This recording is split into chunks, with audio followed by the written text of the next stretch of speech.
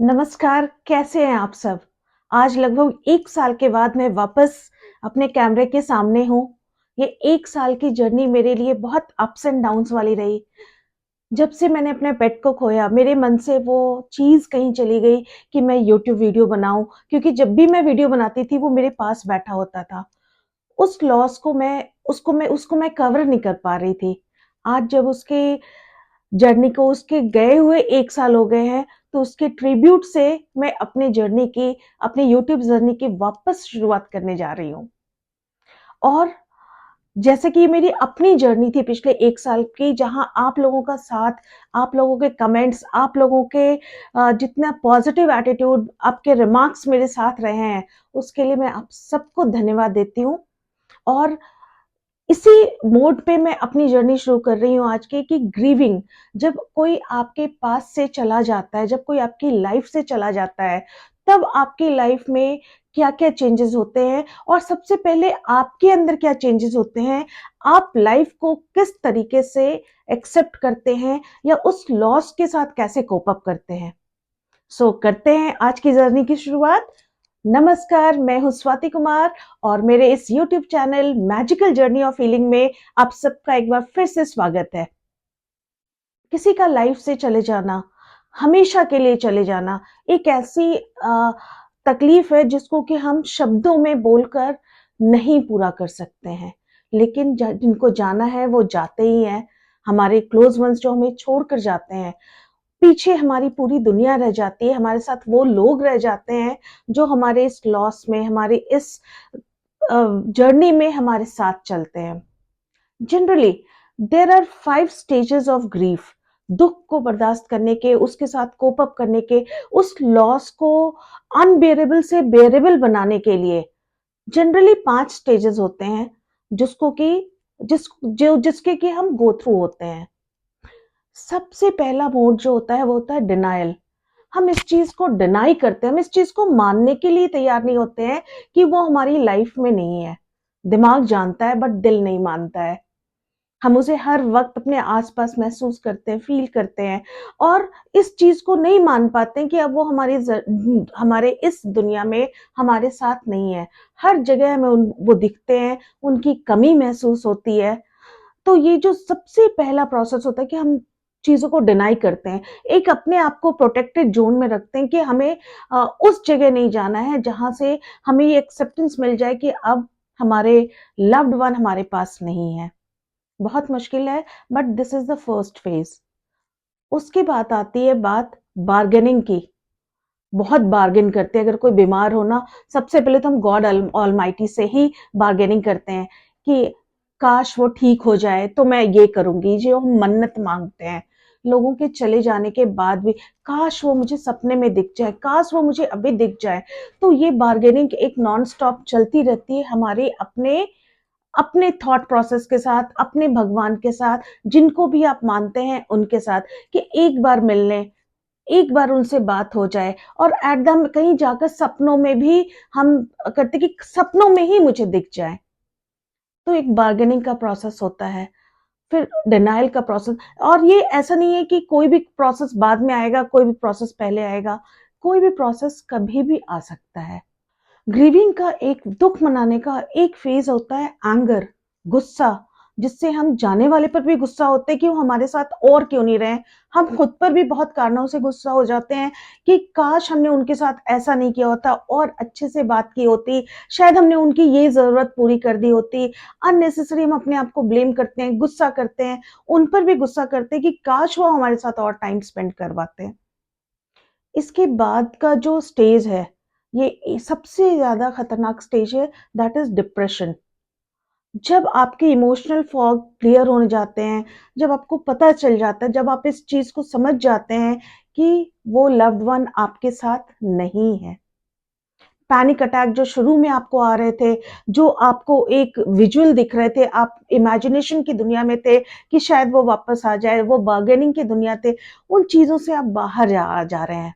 और आपको अब ये रियलिटी बिल्कुल स्ट्रक कर गई है कि हाँ, अब that person is not there with your in your life. इंसान हमारी दुनिया में नहीं है, हम इस चीज़ को समझ जाते हैं और बाहर की दुनिया में हम एडजस्ट करने की कोशिश करते हैं, लेकिन ये लॉस कहीं न कहीं अंदर ही अंदर हमें बिल्कुल सप्रेस करता जाता है। इनवर्ड हम अंदर से खाली होते जाते हैं। लोगों से मिलना, बातें करना, समाज में घुलना-मिलना, पार्टीज़ में जाना या किसी के घर आउटिंग पर जाना, ये सब चीज़ें हम अवॉइड करते हैं। धीरे-धीरे ये एक अनसेड चीज़ें हैं और ये सबसे ज़्यादा डेंजरस चीज़ है जब आपको समझ आ जाती है रियलिटी कि ये चीज़ें अब जो आपके साथ जो थे वो अब नहीं है। लेकिन उनकी जो कमी है वो आपको अंदर-अंदर खाती रहती है। हर वक़्त आप उनकी बात नहीं कर सकते हैं, लेकिन आप उन इस कमी को, इस खोखलेपन को फ़ील करते हैं। और ये खालीपन आपको कहीं न कहीं अपने अंदर ही दबाता चला जाता है। आप ओपनली इस बारे में बात नहीं करते हैं और डिप्रेशन के एक फ़ेज़ की ओर बढ़ते जाते हैं। इसके बाद जो लास्ट स्टेज है वो है एक्सेप्टेंस कि हम अब सब कुछ जान गए हैं, समझ गए हैं। डिप्रेशन के उस दौर से भी हमारी फैमिली, फ्रेंड्स हमें किसी तरीके से हमारी जो लाइफ़ है, प्रोफ़ेशनल लाइफ़ है, उसमें इन्वॉल्व होकर हम एक्सेप्ट तो कर लेते हैं। हम उनके बिना जीना सीख जाते हैं। लेकिन वो एक दिल में कहीं हर वक़्त की एक तकलीफ़ रहती है। ये जो स्टेजेज़ है इसका कोई टाइम लिमिट नहीं है कि कौन कितने दिन का स्टेज है, कौन कितने महीनों का है, कौन कितने वीक का है, कौन कितने सालों का है। इट ऑल डिपेंड्स कि हमारे आस-पास जो लोग हैं, वो हमारे साथ कितने हैं जो कि हमें इस तकलीफ से बाहर निकाल कर ले जा सकें। क्योंकि जाना तो सबको है, मुझे, आपको, जो गए हैं, जो भी हमारे आस-पास हैं, लेकिन उससे कोप अप हम किस तरीके से कर पाते हैं, कैसे कर पाते हैं, ये सबसे ज़रूरी टाइम है। जैसे मुझे पूरे ऑलमोस्ट एन ईयर लगा और आज भी मैं वहीं हूँ। अब हम सबके दिमाग में एक बात आती है कि ये तो लाइफ़ है, हमें हर किसी के पास जो भी हमारे क्लोज़्ड वन है, कहीं न कहीं किसी को इस दुःख तकलीफ़ का सामना करना ही पड़ता है। तो हम उनकी मदद कैसे करें? सबसे पहले तो प्लीज़ स्टॉप गिविंग एडवाइसेज़। जो इंसान पहले से बहुत दुःख तकलीफ में है, उनको एडवाइस मत दीजिए। उनको दुनिया का ज्ञान मत दीजिए कि ये लाइफ है, ये तो होता ही होता है। कई बार सुनने वाला ये सारी चीज़ें हर दूसरे इंसान से सुनकर थक चुका होता है, उसको ये चीज़ें नहीं सुननी होती है। बी देयर, उनके साथ रहिए, उनको अगर उनकी कोई ज़रूरत है, तो उसके लिए छोटी-छोटी हेल्प कीजिए। किसी को कुकिंग में, ग्रोसरी में, आस-पड़ोस में, उनके बच्चों का ध्यान रखने में, इन चीज़ों से बस उनको बताइए कि येस यू आर देयर। ज़रूरी नहीं कि हर बात बोलकर बताई जाए। आप चुप रहकर, शांत रहकर भी उनके साथ रह सकते हैं। ज़बरदस्ती किसी भी चीज़ के लिए फ़ोर्स मत कीजिए कि चलो वॉक पर चलते हैं, ये हर किसी के दुःख को, तकलीफ को झेलने का एक अलग तरीका होता है। अगर उनको टाइम चाहिए, गिव दैट पर्सन वो टाइम। वो टाइम उनको दीजिए कि वो जब अपने आप उस फ़ेज़ से बाहर आएँगे, फिर जाइए उनके साथ वॉक पर, फिर बैठकर उनके साथ बातें कीजिए, चाय पीजिए, उनको सुनने के लिए तैयार रहिए। कई बार इमोशनल होकर वो इंसान उस अपनी सारी पुरानी उनसे रिलेटेड बातें आपको बताता है। Have patience, listen.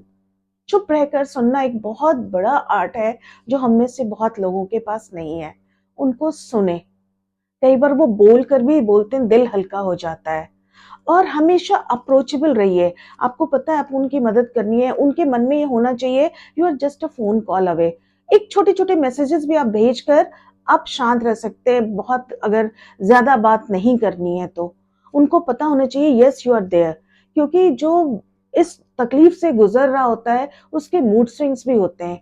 कभी वो चीज़ों को एक्सेप्ट करने के मोड में होता है, कभी बिल्कुल डिनायल मोड में होता है, कभी गुस्सा आता है। तो अलग-अलग फ़ेजेज़ होते हैं। जस्ट हैव पेशेंस और उनके साथ रहिए। उनको ये एहसास होना चाहिए कि आप उनके साथ हैं। एट द एंड हम सब लोग लाइफ़ को जीना सीख ही जाते हैं। तो यही थी मेरी आज की जर्नी।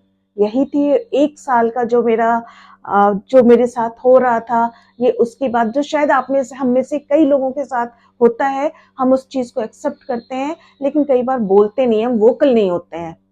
तो अगर आपके आस-पास भी कहीं कोई किसी तरीके के लॉस में है, be there available for him, उनके पास रहें, बट उनको फ़ोर्स ना करें। सो बस इसी थॉट प्रोसेस के साथ आप सबको मैं अलविदा कहती हूँ। Thank you so much. Please do like and subscribe my channel. Have a nice day, thank you, bye bye.